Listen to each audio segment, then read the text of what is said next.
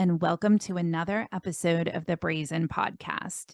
Today's episode is an Ask Valerie, and I'm going to talk about the 7 ways to be more confident when setting your pricing. And this topic is super important. It's one that we cover with all of our coaching clients because our goal is always to help you create a sustainable and thriving business so that you're able to live a life of freedom.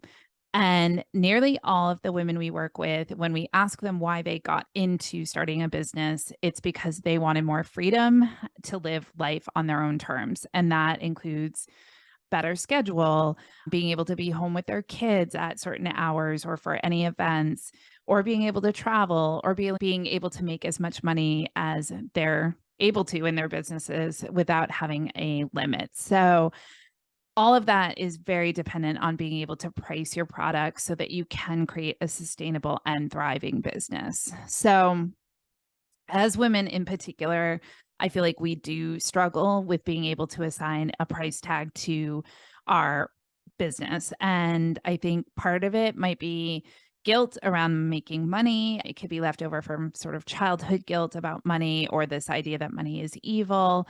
But it also can be that we're just really passionate about what we do. And so it feels weird to charge for it. So we have a lot to kind of work through subconsciously, but I wanted to give you some tips that can help you to break down some of those barriers and be able to price your business so that you are able to survive and not become one of the statistics of failed businesses. So, without further ado, here are my 7 tips to gain more confidence when it comes to your pricing. So, number 1 is to determine what kind of experience you're offering your customer and then price accordingly. So, one of my favorite coaches, Christy Mims, kind of compares it to the hotel experience. So, you can be the Holiday Inn Express, which offers a perfectly fine night of sleep, but is priced so that more people can take advantage of it. And it's not this super luxurious experience. So, you can be that kind of experience and run a perfectly great business, but just know that you're going to have to sell more of those nights of sleep or whatever your product is in order to be able to make a living. Or on the other end of the spectrum, you can be very high end, exclusive, invite only. I think Christy uses the example of the Ritz Paris, which is, one of the world's best hotels. And they are also priced accordingly. So you can't be offering that kind of boutique experience, but at Holiday Inn pricing. And so just being really clear about kind of what your brand is. I would say the majority of us kind of fall in the middle. We're not super like invite only, but we're not always at the lower end either. And so just getting really clear about that. And you can offer all 3 like products in all 3 categories, but that can be a little bit muddying when it comes to your branding. So just figuring out in general where you fit on that spectrum, but also making sure you're charging for that. So if you're catering to a more luxurious experience, please don't be charging the lower prices as mentioned. Number 2 is to focus on the value that you're bringing your client as opposed to the pricing. And no matter what you do, you are adding some sort of value to your customers' lives. And focusing on that as opposed to just like the pricing, which doesn't feel always very good. This shows you what it is you're doing for your customers and like understanding that is actually something that's super important to them. And so just spend some time listing what you bring to your clients. I know as a coach, I did this activity and I'm like, if I can help a customer or a client double their revenue, then that's worth a lot.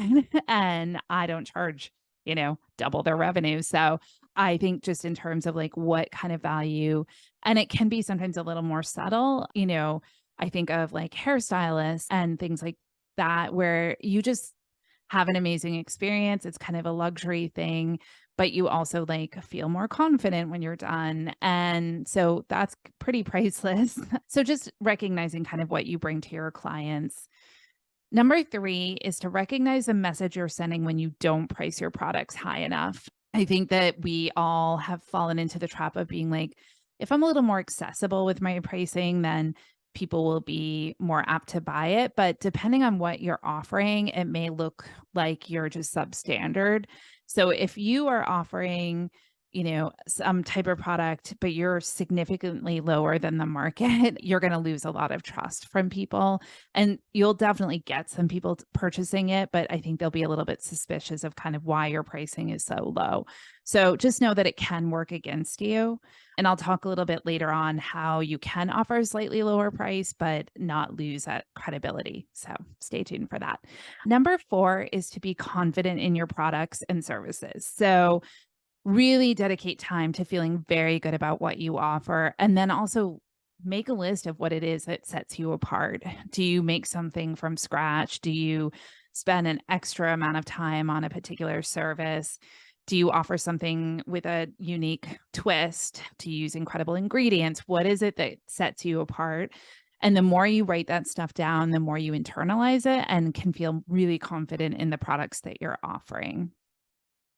Number 5 is to get really deep into your head and explore and challenge any of your money limiting beliefs. So, this can be a little bit hard. It's something I'm still working on, but digging into your childhood or your cultural influences about your concept of money, a lot of times it might be something simple like money doesn't grow on trees. Like you may have heard that a lot as a child, and it's something you might write off now, but it sort of implies the scarcity mindset, which makes you feel like there's only a certain amount of money that you can make as a business owner. And that's not a healthy way to look at it. Or it could be something like guilt about making money and feeling like if you're making money, other people aren't. But I think the best thing to do with that is, first of all, challenge it. Look for examples that work against that concept or any of those concepts, but also to list what good things you can do with money. I think it's really helpful to take some time and list those things like I can offer really excellent benefits for my employees if I charge enough to support that. You can donate to any causes. You basically can change the world if you have a plan in place and have the money to support that. So, just getting really clear about the good that it can be that you can bring with a profitable business. Number 6, and this is what I referred to a little bit earlier, and it's kind of a last resort, but if you're still feeling not confident about your pricing, you can always set your pricing at a, standard or even a little higher level and then discount it or offer bundles or offer sort of limited time pricing. But you'll always have that at least standard behind you. It is not my favorite thing to do. I just think that once you start discounting, it can be hard not to. But if it's what you need to kind of get some people buying and feel confident in your services or your products, you can do it for a little bit of time, but still have that backbone of a higher price so it doesn't look like you're just naturally really low. And then number 7 is once you have set your pricing, I recommend going a little higher than is comfortable immediately and then spending some time talking about it with a lot of people or reciting it in front of the mirror. It's a tip I learned from a lot of different coaches, but basically you should be able to recite your pricing as if it's your phone number. So you remove the loaded emotion behind the pricing when you recite it so often. So that will really help you once you actually talk to anybody about selling the product to them or the service. Obviously, I recognize if you have a million products, that's a little hard to do, but just getting comfortable talking about your pricing in general will just kind of make you feel more comfortable with it. So, anyway, those are the 7 tips. I'm just going to quickly give you a little summary. Tip number 1 is to determine what experience you're offering and making sure your pricing reflects that. Number 2 is to focus on the value that you're bringing your customer. Number 3 is to recognize the message you're sending when you price yourself too low. Number 4 is to be confident in your products. So, really spending some time building the best possible product or service. Number 5 is to explore and challenge your money limiting beliefs. That means getting really deep into things you've learned as a child or through your culture or just things you absorb now. Number 6, as kind of a last resort, you can set your prices at a good rate, a sustainable and scalable rate, but offer a discount as you kind of get used to being in the industry that you're in. And number 7 is just to recite your pricing as much as possible. Talk about it with as many people as you can so you kind of lose that loaded emotion.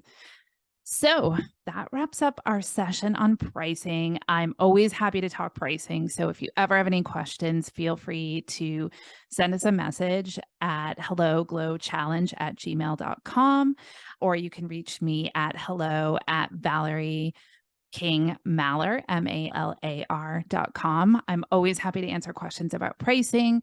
And just remember that you started a business for a reason, and you want to make sure that you do price your products and services so that you are able to live that life. So until next time, keep being brazen.